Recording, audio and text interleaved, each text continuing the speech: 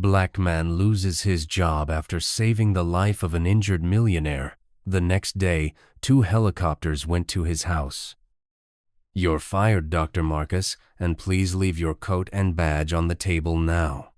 Director Elizabeth Harrington's shout echoed through the crowded lobby of Westlake Memorial Hospital, causing dozens of patients and staff to turn their heads to witness the humiliation. Marcus Johnson, 42, never imagined that his 15 years of impeccable service as head nurse would end like this, being escorted by security like a criminal in front of everyone. His dark eyes remained disturbingly calm as the director continued her public show of power. Serious violation of hospital protocol, unauthorized treatment, use of medical resources without prior payment. Harrington practically spat the words, her pale face flushed with theatrical anger. People like you need to learn their place in this institution. People like you. Marcus knew the venom behind those words. Well, in his 15 years there, he had heard the whispers in the hallways, seen the dirty looks, and felt the weight of denied promotions. Director Harrington, Marcus replied firmly, removing his immaculate white coat. I saved a woman's life last night. A woman who arrived here bleeding, semi-conscious, with no identification and no medical insurance. Harrington interrupted, slamming her manicured hand on the reception desk. No credit card, no health insurance, and you wasted valuable hospital resources on some vagrant. The flashback came quick and vivid. 11 p.m., the night before, Marcus was finishing his shift when the automatic doors opened. A woman staggered in, her clothes torn and bloody, her face covered in mud and blood.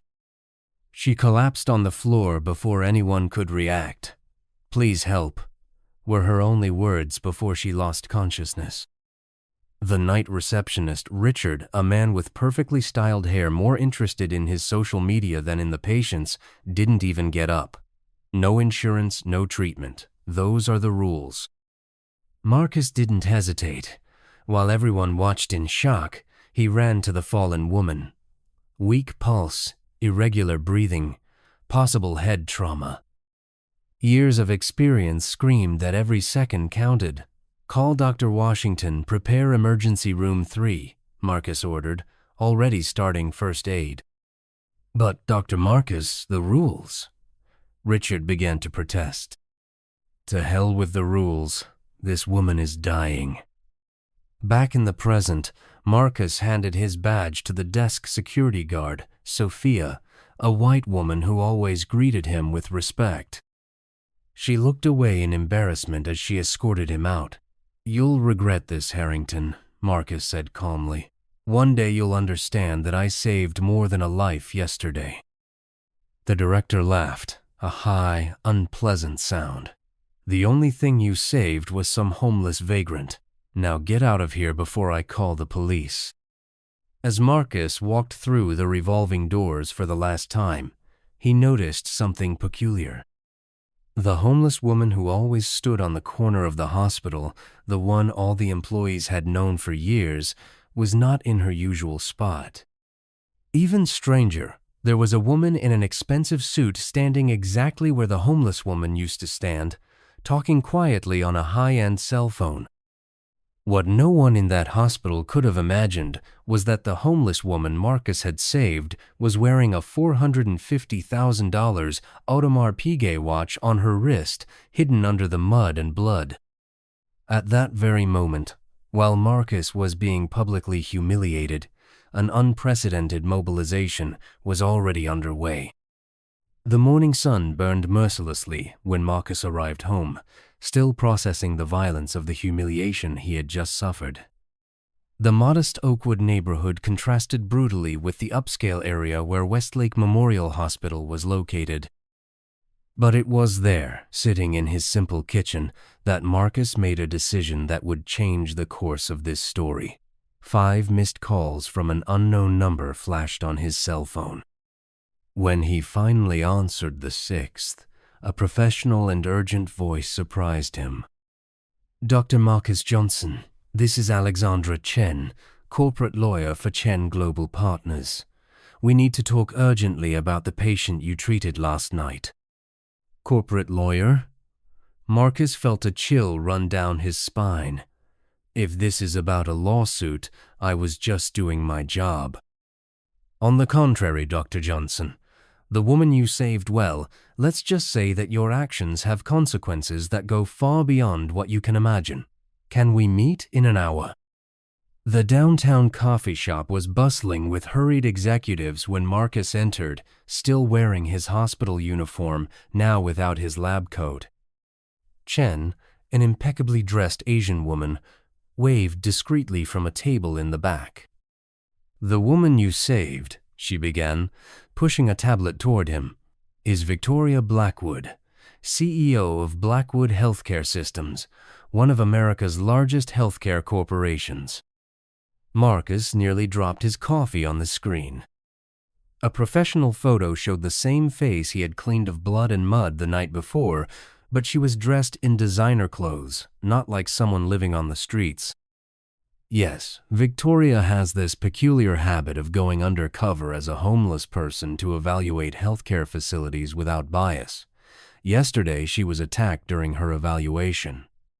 She tried to get to the nearest hospital yours. Meanwhile, at Westlake Memorial Hospital, Harrington savored her moment of power. She called an emergency meeting with the entire staff. This is an example of what happens when employees forget their place. Marcus Johnson has been fired for violating our policies. I hope everyone understands the message. Richard, the receptionist, applauded discreetly. Dr. Washington, the only black doctor on the medical staff, remained silent, her fists clenched under the table. What Harrington didn't know was that at that very moment, security cameras were being requested. Internal emails were being accessed, a silent but devastating response was being set in motion. The investigation was beginning to take shape. Chen continued, Blackwood is furious, not with you but with the hospital. She told me everything, how she was treated, how you risked your career to save her, and how Harrington humiliated you publicly today. Marcus felt tears sting his eyes. I only did what was right, he said. And that's exactly why she wants to help you, but we need to act strategically. Harrington is known for her political connections. We can't just sue her. Over the next few days, while Marcus dealt with overdue bills and the uncertainty of unemployment, a meticulous operation unfolded behind the scenes. Blackwood, still recovering in a luxury hospital suite, personally coordinated every move. I want to know everything about Harrington, she ordered her team.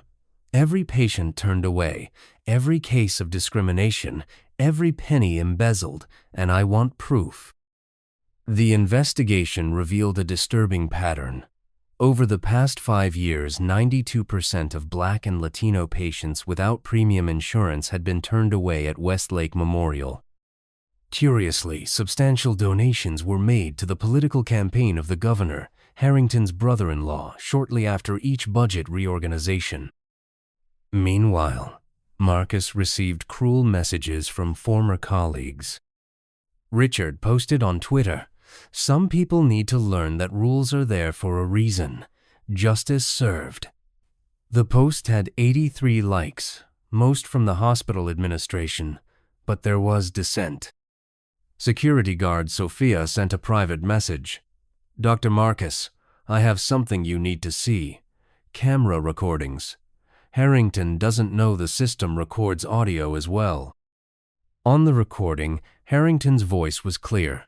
That arrogant black man needs to learn his place. I've been looking for a reason to get rid of him for a long time.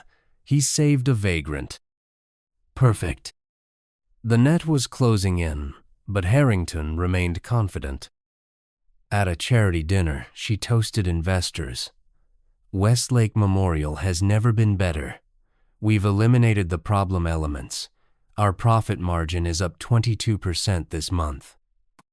What those powerful men and women didn't realize was that the waiter serving champagne was wearing a small camera in his lapel, and that every word of her toast was being broadcast live to a team of lawyers 3 blocks away.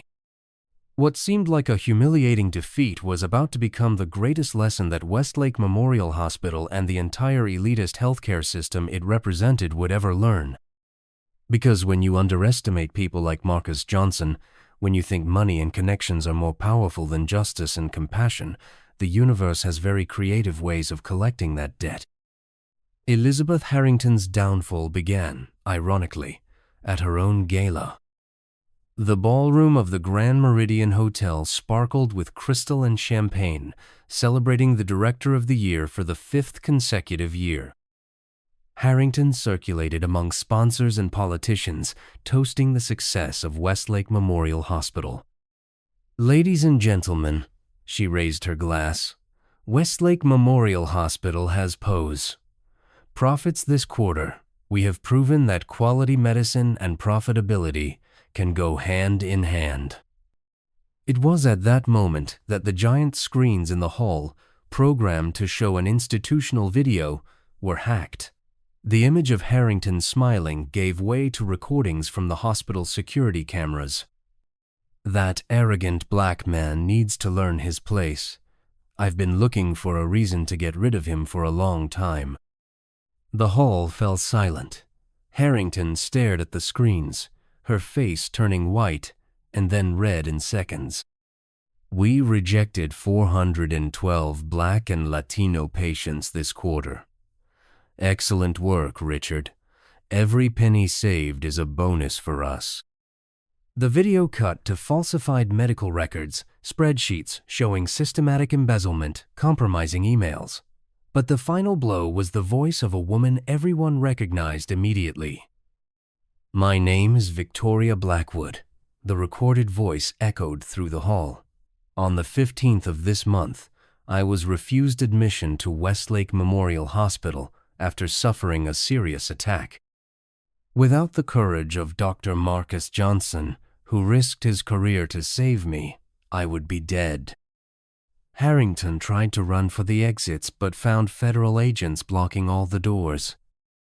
Agent Ramirez, a Latina woman who had investigated discrimination cases throughout her career, approached with barely concealed satisfaction. "Elizabeth Harrington, you are under arrest for fraud, institutional discrimination, and embezzlement of public funds." As the handcuffs clicked around her wrists, Harrington saw Marcus entering the hall. He was wearing an elegant charcoal suit, accompanied by Blackwood and a team of lawyers. "You," Harrington spat the words, "you planned this whole thing." Marcus approached calmly. "No, Director Harrington, you planned this whole thing. I just documented it." Blackwood stepped forward. "You know what's ironic? My company just acquired Westlake Memorial Hospital. Our first order of business will be to implement a universal healthcare program inspired by Dr. Johnson's work." Richard, who had been watching from the crowd, tried to slip away but was intercepted by Sophia, the security guard. "You also have an invitation from the FBI," she said with a smile. The guests began receiving notifications on their cell phones. The Washington Post had just published an explosive article, "The Westlake Memorial Scandal: How an Elite Hospital Practiced Medical Apartheid in the 20th Century." "My reputation," Harrington shouted as she was dragged away. "My career, everything I've built." "No," Marcus replied, his voice firm, echoing through the hall. "Everything you stole from patients who needed care, from professionals who deserved respect, from a community that trusted you." The governor, Harrington's brother-in-law, tried to slip away discreetly when he was surrounded by reporters. "Governor, is it true that your campaign received $3.7 million in donations from Westlake Memorial Hospital, coinciding with the increase in patient refusals?" In her luxury suite, Blackwood watched the news with a smile. "You just saved much more than my life," she said into the phone to Marcus. "You saved the integrity of an entire profession." The live broadcast of Harrington's arrest reached 8 million views in an hour. Comments flooded social media with stories of people who had been turned away by Westlake Memorial. #Justice for Marcus became a worldwide trending topic. But the most powerful moment came when Marcus took the stage in the ballroom. The spotlights, originally prepared to glorify Harrington, now illuminated the true hero of the night. "For 15 years, he began, his voice strong and clear. "I watched people die because they didn't have the right credit card. I saw talented colleagues fired for being the wrong color. I was publicly humiliated for doing my job, saving lives." The crowd was mesmerized. Cameras from every network broadcast live. But tonight is not about revenge. It's about justice. It's about ensuring that never again will a hospital put profit over human lives. That never again will a healthcare professional be punished for having compassion. Dr. Washington, who had remained silent during years of abuse, stepped up to the microphone. "I witnessed it all, and I am ashamed that I remained silent for so long. Dr.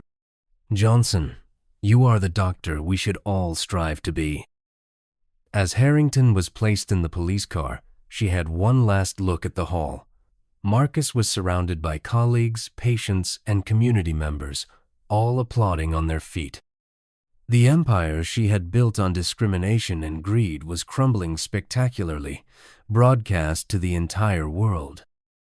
What no one in that glamorous crowd could have predicted was that this historic moment would not just represent the fall of a corrupt woman and a broken system. The shockwaves from that revelation would spread across the country, forcing a complete overhaul of discriminatory practices in elite hospitals and inspiring a new generation of healthcare professionals to put compassion above profit, proving that sometimes a single act of courage can rewrite the future for millions. 6 months later, the old Westlake Memorial Hospital building underwent a transformation as radical as the lives of those who frequented it. Where once there was a golden plaque with an elitist coat of arms, now a modern sign showed Marcus Johnson Health Center, Universal Care. Marcus walked through the completely renovated corridors, stopping to chat with patients who could never afford treatment at other hospitals.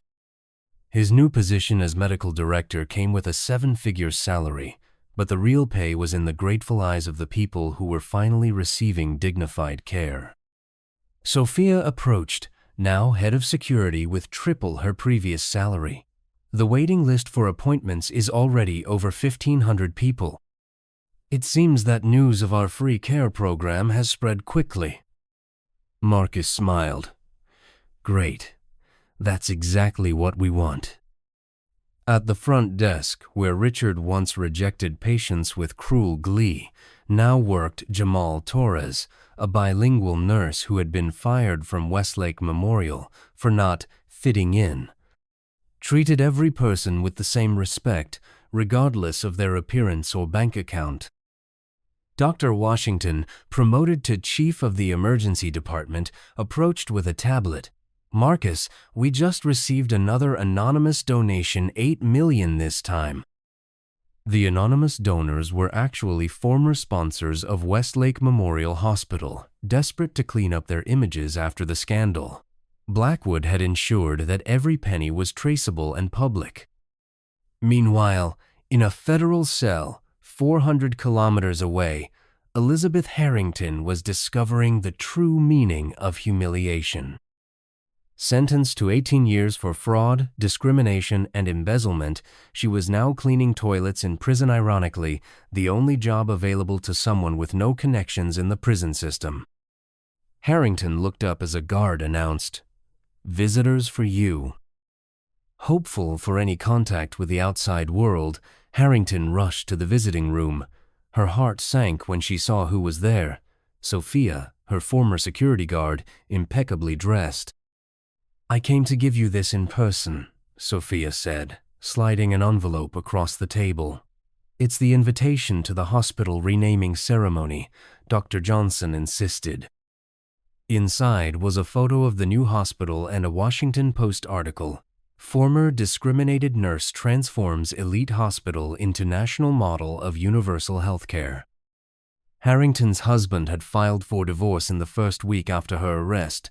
Her children had legally changed their last name. Her brother-in-law, the governor, had resigned after the corruption scandal. All of her influential friends had vanished into thin air. "You know what's most ironic?" Sophia continued. "Dr. Johnson saved the life of the woman who would change everything. If you had treated him with respect, you'd still be in your luxurious office." At the opening ceremony for the Marcus Johnson Center, Blackwood took the stage.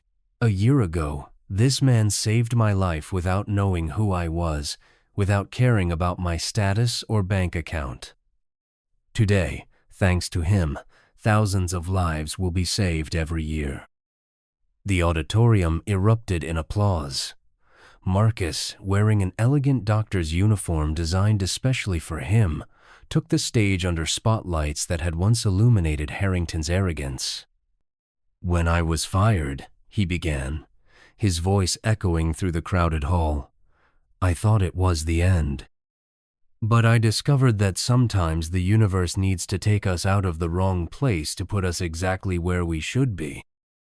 In the front row, his mother cried with pride. At her side, representatives from hospitals across the country took notes.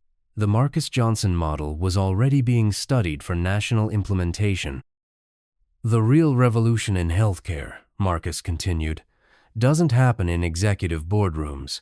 It happens when we decide that every life has equal value, regardless of the bank balance." 6 cameras from different networks broadcast live. Hashtag Marcus Johnson model was trending worldwide. Universities vied for Marcus to give lectures. His biography was already being written by a best-selling author. Richard, the former receptionist, now worked as a cashier at a suburban pharmacy. Every time he saw Marcus on TV, he changed the channel. His cruel posts had been printed and went viral as an example of how not to treat human beings. The most powerful moment came when Marcus announced the full scholarship program for Black and Latino medical students. "No one will ever be prevented from saving lives because of the color of their skin or the zip code where they were born." Blackwood approached the microphone and said, "I am pleased to announce that Blackwood Healthcare Systems is donating $150 million to expand this model to 7 more cities." As the flashes went off and the audience gave a standing ovation, Marcus had a moment of clarity. A year ago, he lost everything for doing the right thing. Today, he was leading a healthcare revolution that would save countless lives. But the story took an unexpected turn when a young woman approached Marcus after the ceremony. "Dr. Johnson," she said, her voice trembling, "my name is Sarah Harrington." Marcus froze. "Harrington, are you?" "Elizabeth Harrington's daughter, yes." The young woman's eyes filled with tears. "I wanted to thank you. My mother's actions destroyed our family name, but they also freed me from a lifetime of pretending to be someone I'm not." Sarah revealed that she had been working undercover with Blackwood for years, documenting her mother's abuses. "I couldn't stand watching what she was doing to people. When I heard about what happened to you, I knew it was time to act." This revelation stunned the media. The daughter who betrayed her mother for justice became another symbol of the moral revolution sweeping through healthcare. The lesson was crystal clear. The best revenge against injustice is not to destroy those who hurt you. It is to build something so great that their evil becomes irrelevant. Marcus didn't need to take Harrington down. he built an empire of compassion that made everything she stood for obsolete. And so, while Elizabeth Harrington rotted in her cell, counting the days of a sentence that seemed endless, Marcus Johnson became an international symbol of how true greatness is born from compassion, and how sometimes being fired for doing the right thing is just the universe preparing you for something infinitely greater. The final twist came 1 year later, when Marcus received a letter from prison. It was from Elizabeth Harrington, asking for forgiveness and revealing that she had terminal cancer. Marcus visited her, bringing not condemnation but compassion, the very quality she had punished him for. This final act of mercy completed the circle, showing that true transformation goes beyond justice to reach redemption. In her final days, Harrington wrote a confession that exposed the entire network of hospital directors practicing similar discrimination across the country, triggering a nationwide reform that would save millions of lives for generations to come. Marcus Johnson's name would be remembered not just as the man who transformed one hospital, but as the catalyst who changed American healthcare forever, all because he refused to let a woman die on his watch. If this tale of resilience and poetic justice resonated with you, don't forget to subscribe to the channel for more uplifting stories that show how integrity ultimately triumphs, often in the most remarkable ways.